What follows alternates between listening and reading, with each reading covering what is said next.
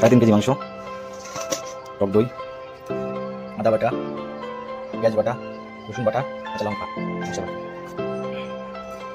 ঠিক আছে রাখ। না ঠিক আছে, ওইটুকু লাগবে। তুই কি তুই না দুই ওই জল কাটা দাও। হ্যাঁ একটা উপরে একটা পাতা খেয়ে দাও।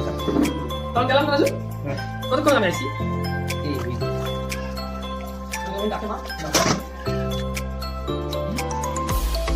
কি এদিকে আয়।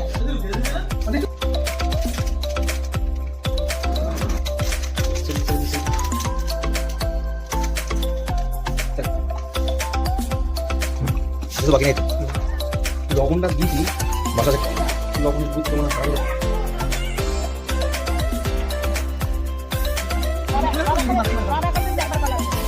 বাটা কি কমে গেছে?